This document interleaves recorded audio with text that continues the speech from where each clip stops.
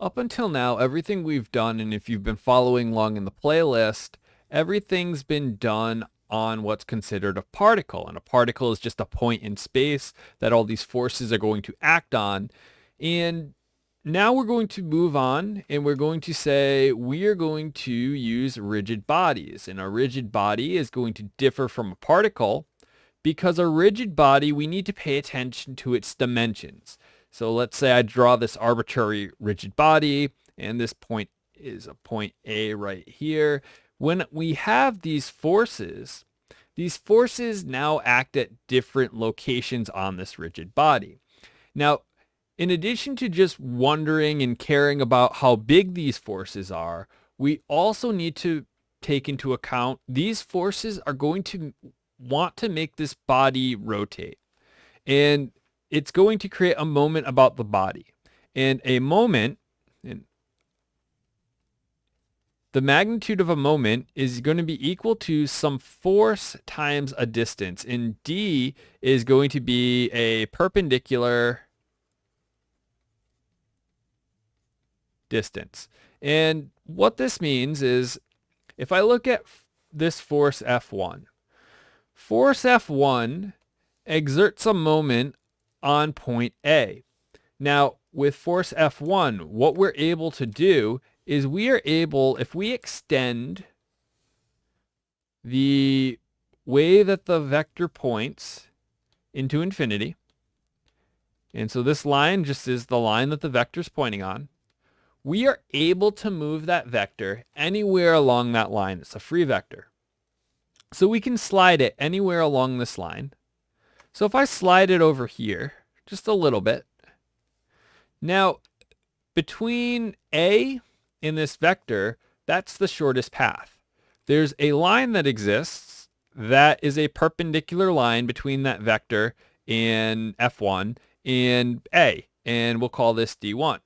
So the magnitude of the moment F1 on point A is going to be F1 times D1. So this is the magnitude of force 1 on point A. Now, if we had a different point, let's say the point was over here, and let's call this point C. I don't know why, but point C. The magnitude of point C, F1 has on point C, is going to be whatever this distance is, and we can call this D2. Now, let's have one more point. Let's take this point right here. This point we'll call B, because I forgot it. So in this case, B is right on the line of F1. So since F1 goes through B, there is no perpendicular distance. And that's sort of a trick with these. If your force goes through a point, you have no moment. The moment is zero. This distance right here from the point to the force is going to be zero. So the magnitude of that moment is zero. And we use that later on down the road just a bit when we look at equilibrium problems. We use that trick to simplify the number of variables that we have. But that doesn't mean that all of the forces have no moment about that. If we, again, extend this F2 and we extend the line of F2 into infinity, and we move F2 just sort of down this line, and I'm going to choose a different color, but we move F2 down this line. Well, F2 would have some perpendicular distance here with A. It'd have some perpendicular distance here with B. We can call this D3, we can call this D4, and that would be the magnitude of the moment of force F2 on those different points. So I do feel like this is a topic that a lot of students start to struggle with, and you might be struggling with it too, but the more you do it, eventually it will click and will make total sense. So when we have these forces in our head, what we want to do is we want to imagine these forces can move along however the vector is pointing, and we want to align it with this point. And when we align it with the point, this is the shortest distance. This is a perpendicular distance. And the magnitude of that moment is going to be F times whatever that distance is. If you're with me so far, the next part might be where you're getting confused on what a moment is. And the most tricky part of moments is the sense of a moment. And the sense of a moment is these moments are going to want to rotate. The force is going to want to create a rotation about some point, but we're in static equilibrium, so we can't move. And we need to determine if these moments are positive or negative. So what we always say is okay, you're going to pin it at some point. You're going to rotate the force around that point. If it goes head first, then it's positive. If it goes tails first, then it's negative. But what does that mean? And it's really hard to draw on a board. So this animation should help.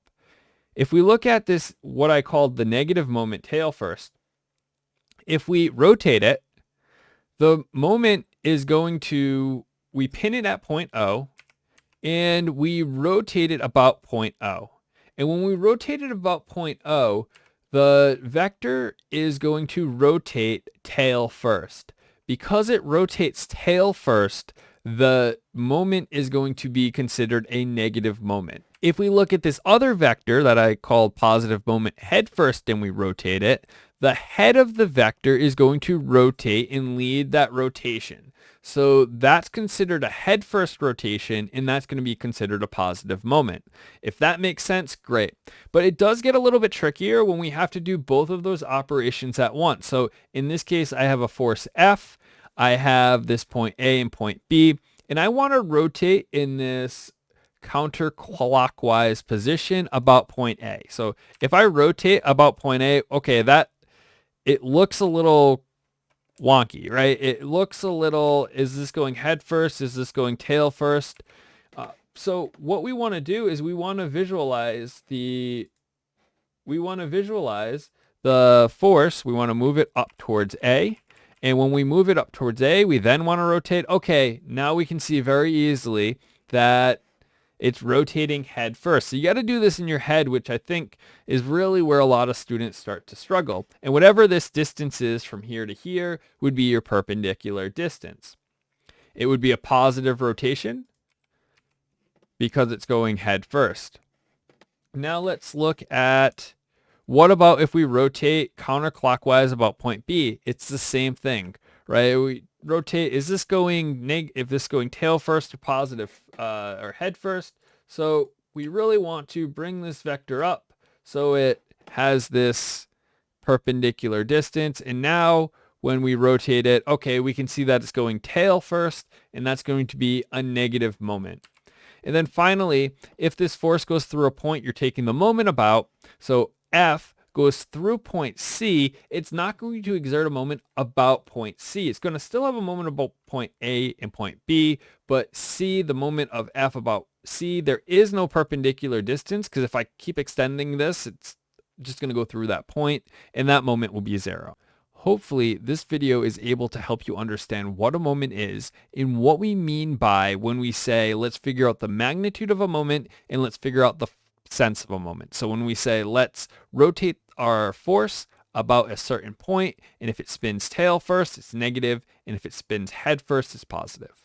If you did find this video helpful, please consider subscribing to my channel and liking this video. It will help this video reach other people who also might be struggling with this topic.